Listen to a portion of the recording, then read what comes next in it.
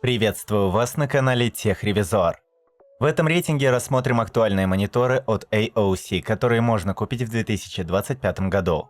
Я отобрал 5 моделей под разные задачи и бюджеты. Есть базовые офисные варианты для рутинных задач, быстрые игровые решения с высокой частотой обновления и варианты для творческих профессий с работой в тяжелых приложениях. Разберемся, какая матрица стоит в каждом из них, насколько хороша цветопередача, какие есть особенности и функции. А все непонятные слова и моменты буду объяснять кратко и простым языком, так чтобы у всех получилось выбрать подходящий именно для себя монитор. А чтобы вы могли узнать актуальную стоимость моделей из этого рейтинга, я оставлю в описании под видео ссылки на маркетплейсы. Прежде чем продолжить, подпишитесь на канал и нажмите колокольчик, чтобы не пропустить выход новых обзоров и рейтингов. Ну а теперь приступим. Начнем рейтинг с бюджетной игровой модели AOC 25G2 SPAE. Это такой типичный представитель народных игровых мониторов. Он не претендует на звание идеального, но за свою цену предлагает сбалансированный набор характеристик. Экран диагональю 24 дюйма, разрешение Full HD. На такой диагонали это классика, картинка четкая, без размытия и пиксельной лесенки. Конечно, если поставить его рядом с 2К монитором, разница будет заметна, но в динамике, особенно в шутерах и гонках, вам будет не до разглядывания отдельных пикселей. Максимальная частота обновления 165 Гц. Это дает плавность, которая после 60 Гц кажется чем-то космическим. Даже если просто двигаете мышку по экрану, это ощущается. В играх типа CS2 или Apex Legends разница с обычными 60-75 Гц ощущается еще сильнее.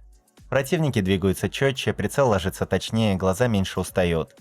А для тех, кто хочет максимум плавности, можете рассмотреть AOC Aegon 25G3ZM.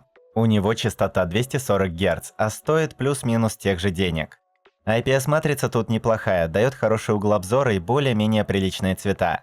Конечно, до дорогих профессиональных панелей ей далеко, но для игр, просмотра фильмов и работы с документами самое то. Ее глубина цвета 6 бит, плюс FRC, компромиссный вариант, и в большинстве случаев его хватает. Да, при сильных градиентах можно заметить небольшие переходы, но в играх и повседневных задачах это не бросается в глаза. Еще из минусов средняя заводская калибровка. Цвета могут казаться немного холодными, но это поправимо в настройках. По разъемам. Полный набор для современных и старых ПК, 2 HDMI, DisplayPort и даже VGA. Если вдруг у вас завалялся древний компьютер или вы решили подключить монитор к какому-нибудь старому ноутбуку. Из приятного Flicker Free, который убирает мерцание экрана, и FreeSync для сглаживания картинки и пущей плавности. Выглядит монитор вполне игровым, но по функционалу слабоват, подставка никак не регулируется, так что придется подставлять книги или крепить на кронштейн с помощью веса 100 на 100 мм. Четвертое место занимает AOC Q27G2U. Компромиссный вариант, когда хочется большую диагональ, высокое разрешение и плавность, но при этом не платить цену хорошего телевизора. Диагональ экрана 27 дюймов, разрешение 2560 на 1440 пикселей. С Full HD на таком экране пиксели выделялись бы, а 4К потребовал видеокарту стоимостью всего сетапа. Так что 2К – золотая середина. Картинка строится на VA-матрице. Контраст тут куда лучше, чем у IPS, а значит, темные сцены в играх и фильмах не выглядят как серый кисель.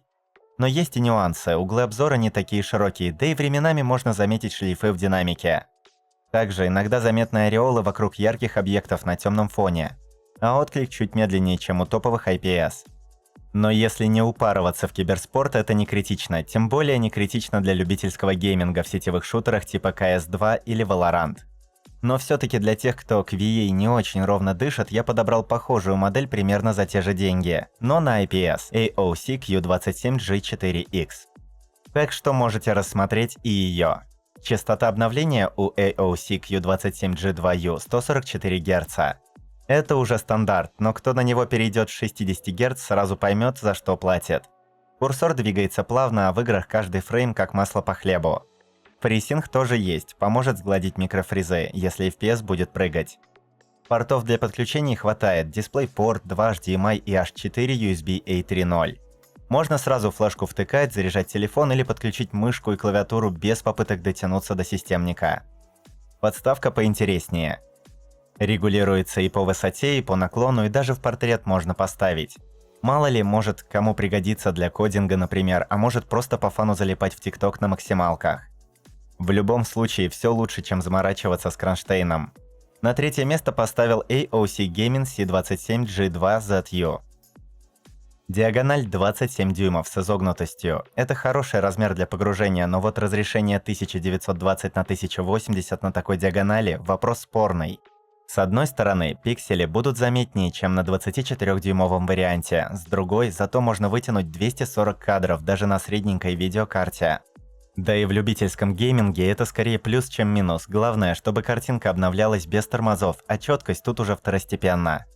Матрица VA – это значит, что контрастность на высоте, черный цвет черный, а не серый. Но с быстрыми движениями могут возникнуть шлейфы. Хотя с такой частотой обновления и настройками разгона шлейфов практически нет, так что играть можно без раздражающих призраков на экране. Регулируемая подставка – это всегда плюс. Можно подстроить монитор под себя, хоть опустить его до уровня стола, хоть поднять. А еще здесь есть портретный режим, тоже может пригодиться. Из разъемов тут все прилично, 2 HDMI, DisplayPort и H4 USB 3.0.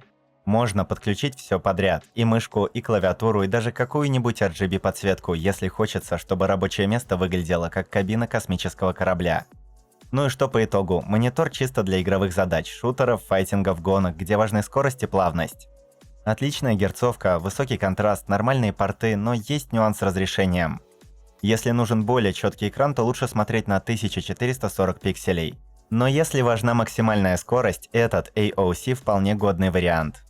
На второе место поставил AOC Gaming CU34G2X. Это широкоформатный монитор диагональю 34 дюйма с соотношением сторон 21 к 9 вместо привычных 16 на 9. Разрешение для такого дисплея 3440 на 1440 как стандартная 2К, только в ширину растянули.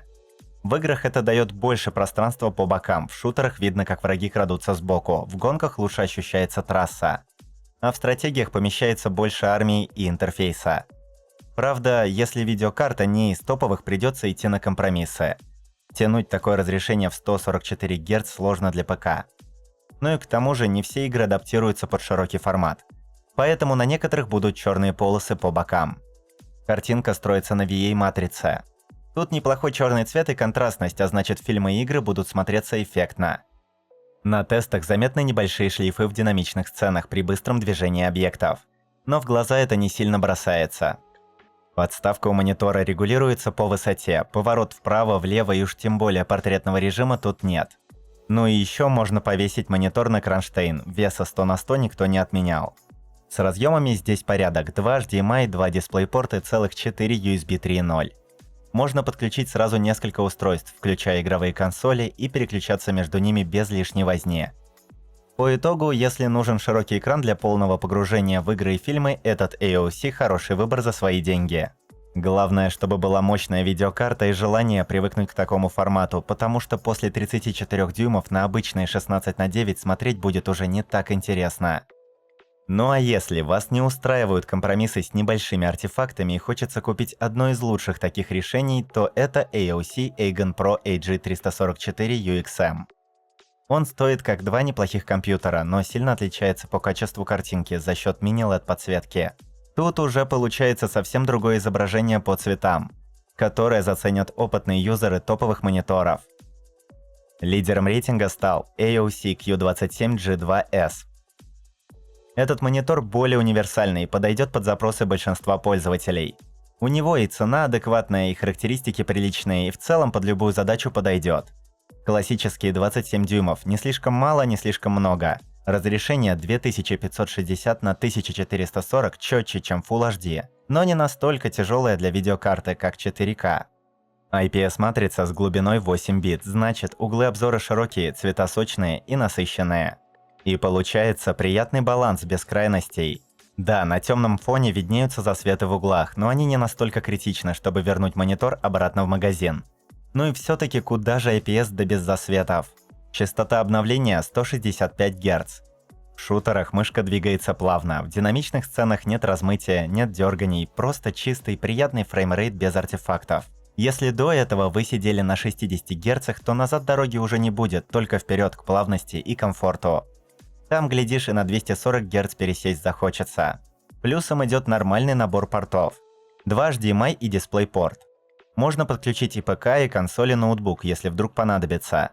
Но вот USB-хаба для полного фарша все-таки не хватает. Ну и за такую цену монитора в целом можно пережить единоразовое подключение мыши и клавиатуры к ПК. Из приятного — гибкая подставка, она регулируется по высоте, поворачивается влево-вправо и даже становится в портретный режим. Не самая популярная фишка, но если вы, например, работаете с кодом или длинными документами, это удобно. Ну и в целом AOC Q27G2S — это монитор, который просто делает свою работу, четкий, плавный, удобный. Для игр отличный вариант, для работы тоже подойдет и по цене не отпугивает.